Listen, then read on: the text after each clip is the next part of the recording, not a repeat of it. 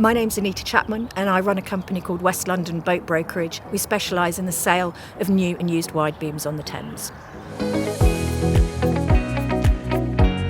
A narrowboat is designed to travel over the entire canal and river network, so you can get an awful lot further. However, they're not as suitable for living on because the internal space is so small in comparison to a wide beam. The wide beam came about to try and provide a better living environment for someone who wanted to permanently reside on their boat. But the disadvantage is that you're limited on where you can go on the canal network.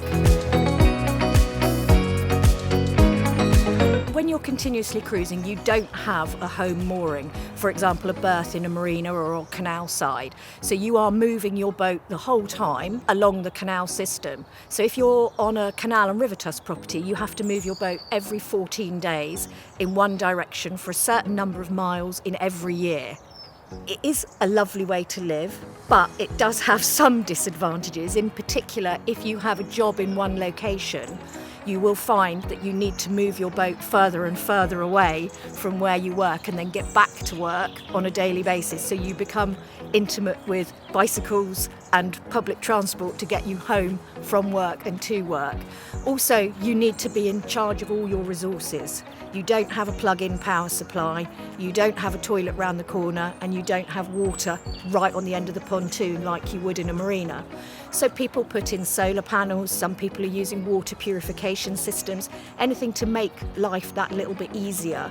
But you can wake up in the morning and realise you've run out of water, or your toilet's full, or you've got no power when you get in from work, so you do need to get used to it. It's a little bit like having a second job.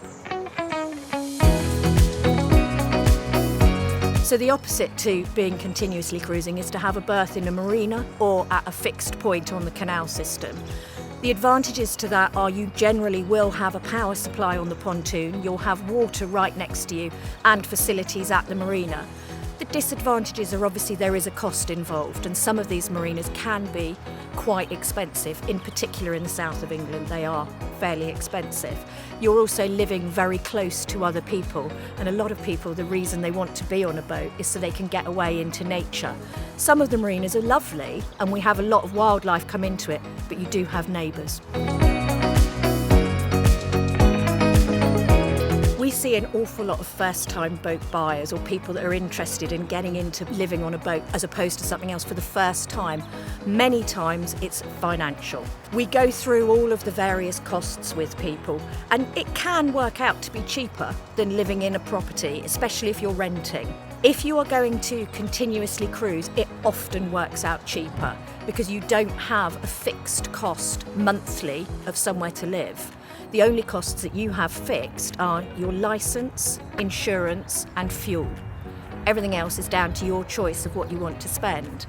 If, however, you're in a marina, you will have a monthly cost, and they can be, depending on where you are in the country, quite a lot of money. But generally it can work out to be cheaper. They need to work out if this is something that they can genuinely do. Having a walk along the canal system and chatting to some boaters is a fantastic way to start. Boaters tend to be pretty honest about their way of life. If you can afford to do a canal holiday, whether it be on a narrowboat or a wide beam, again, even just for a weekend, try it out. It's not for everybody.